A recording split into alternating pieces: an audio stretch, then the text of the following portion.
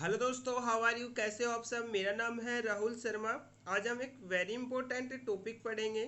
Topic का नाम है रदरफोर्ड गोल्डफोल एक्सपेरिमेंट। यह टॉपिक क्लास 10th के लिए, 11th के लिए, 12th के लिए, नीट, आईआईटी, जेई के लिए वेरी इंपॉर्टेंट टॉपिक है। इसमें से क्वेश्चंस पक्का पूछा जाता है। ये एक्सपेरिमेंट कैसे हुआ, क्यों किया, ये सारे आज हम इसको डिटेल से पढ़ेंगे। तो एक बार देखो क्या होता है रदरफोर्ड गोल्डफोल एक्सपेरिमेंट। ये आज हम डीपली पढ़ेंगे, ठीक है। अच्छा देखो एक बार, तो देखो इसमें क्या लिखा है, रदरफोर्ड गोल्ड फोल एक्सपेरिमेंट। इसमें क्या लिया गया था, गोल्ड की फोल ली गई थी और गोल्ड की जो फोल थी उसकी थिकनेस क्या थी, 100 नैनोमीटर, 100 नैनोमीटर या 10⁻⁻7 मीटर थिकनेस की क्या ली गई है, हमें गोल्ड फोल ली गई है। ये एक्सपेरिमेंट 1911 के अंदर किया गया था। इसके ऊपर बॉम्ब्रेड किया गया था किसका, अल्फा पार्टिकल का। किसका किया गया था दोस्तों, अल्फा पार्टिकल का। और अल्फा पार्टिकल है वो कहाँ से जनरेट किए गए थे, हीलियम एटम के द्वारा। किसके द्वारा, हीलियम एटम के द्वारा अल्फा पार्टिकलों को क्या किया गया था, जनरेट किया गया था। ये अल्फा पार्टिकल इनके ऊपर बॉम्ब्रेड कराया गया था, गोल्ड फोल के ऊपर बॉम्ब्रेड कराया गया था। उसके अकॉर्डिंग इसने क्या बताई थी, एटम की स्ट्रक्चर बताई थी कि एटम के अंदर कौन कौन से पार्टिकल प्रेजेंट होते हैं, एटम की स्ट्रक्चर क्या होती है, इसने इसको बताया।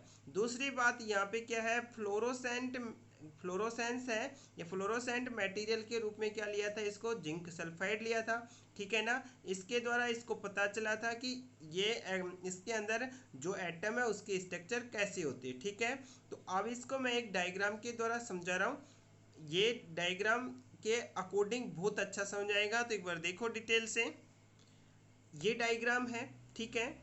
ये डायग्राम क्या है, ये रिकॉर्डर है। क्या है ये, रिकॉर्डर है। इसमें से रिकॉर्ड की जाती है कि यहाँ से अल्फा पार्टिकल क्या करते हैं, फॉर्मेशन होते हैं। और अल्फा पार्टिकल यहाँ से क्या होंगे, बाहर निकलेंगे, रिमूव होंगे। और ये बॉम्ब्रेड किसके होंगे, ये जो दिख रही है ये प्लेट सी, ये किसकी प्लेट है, गोल्ड प्लेट है। किसकी है, गोल्ड फोल प्लेट है, जिसकी थिकनेस मैंने क्या बताई थी, 100 नैनोमीटर बताई थी। तो इसकी थिकनेस कितनी है, 1 नैनोमीटर है, ठीक है दोस्तों। इतनी बात समझ आ गई। अच्छा, इसमें फ्लोरोसेंस के रूप में क्या लिया था, ZnS लिया है। क्या लिया है, जिंक सल्फाइड लिया है। अब जो ये फोल है इसके सराउंडेड क्या लगाया गया है, ये जो दिख रही है सराउंडेड, ये क्या है, ये फोटो प्लेट है। क्या है, फोटो प्लेट है, सराउंडेड सर्कुलर स्क्रीन, जिसको हम क्या बोल सकते हैं, फोटो प्लेट भी बोल सकते हैं, ठीक है। क्यों लगाई गई है, क्योंकि यहाँ से जो अल्फा पार्टिकल आएंगे वो अल्फा पार्टिकल किस पे बॉम्ब्रेड होंगे, किससे, कोलेजन होंगे। इस फोल से क्या होंगे, कोलेजन होंगे।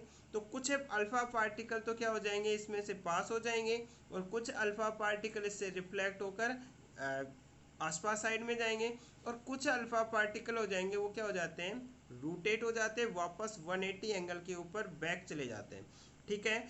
ये क्यों लगाई गई है ये, क्योंकि जब जो अल्फा पार्टिकल बाहर होंगे है ना, जो पास होंगे डायरेक्टली, उनकी उनकी इमेज क्या हो जाएगी, इस फोटोग्राफिक प्लेट के ऊपर बन जाती है, ठीक है। इसलिए इसको लगाया गया। अच्छा, अब इसमें से अब हम देखेंगे कि इसका जो एक्सपेरिमेंट है यहाँ पे अल्फा पार्टिकल कैसे काम किया वो देखते हैं, उसका डायग्राम। इस डायग्राम के अकॉर्डिंग हम बहुत ही आसानी से समझेंगे। तो जो रिकॉर्डर था उसमें से जो ये दिख रहे हैं ना एरर से, ये क्या है, अल्फा रेंज है। क्या है, अल्फा रेंज है या अल्फा पार्टिकल है। क्या है, अल्फा पार्टिकल है। ये जो अल्फा पार्टिकल है वो रिकॉर्डर में से निकल रहे हैं, निकलने पे जो ये शो कर रहा है ये क्या है, गोल्ड फोल है। क्या है, गोल्ड फोल है। उसके वन एटम को इसके अंदर शो किया गया है, ठीक है। तो इसमें से जो ये एटम है गोल्ड फोल का, इसमें से ये जो अल्फा पार्टिकल है ये डायरेक्ट क्या हो रहे हैं, पास हो रहे हैं, सीधे किसी से भी टकरा नहीं रहे। तो जो पास हो रहे हैं जो अल्फा पार्टिकल, उनको हमने क्या कहा, अनडेविएटेड अल्फा पार्टिकल। क्या कहा, undeviated alpha particle.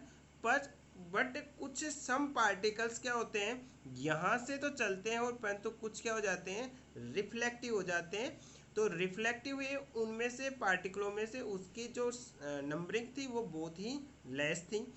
But one जो अल्फा पार्टिकल है वो एटम के सेंटर से अटैचमेंट होता है, कोलिजन होता है और वो बैक हो जाता है कितने पे, 180 डिग्री एंगल के ऊपर।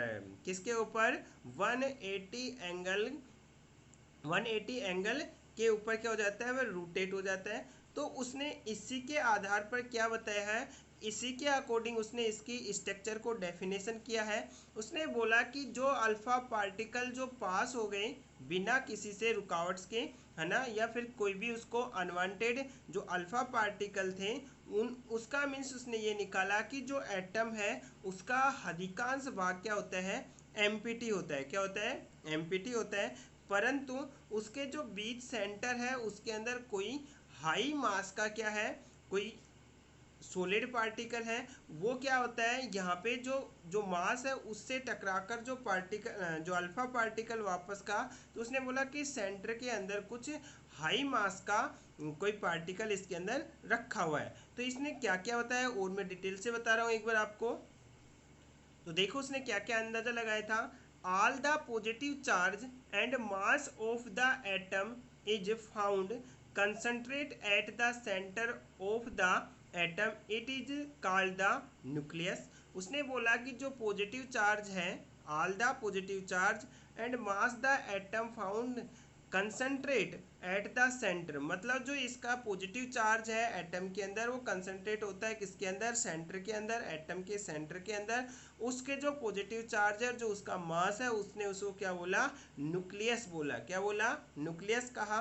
तो यहाँ पे जो सेंटर है जो न्यूक्लियस है उसके ऊपर क्या बताया उसने, पॉजिटिव चार्ज को बताया। दूसरा क्या बताया, maximum part of the atom remain vacant, मतलब जो मैक्सिमम पार्ट होता है एटम का वो क्या होता है, वैकेंट होता है, एम्प्टी होता है। There are circular orbit around the nucleus in which the electron are found revolving.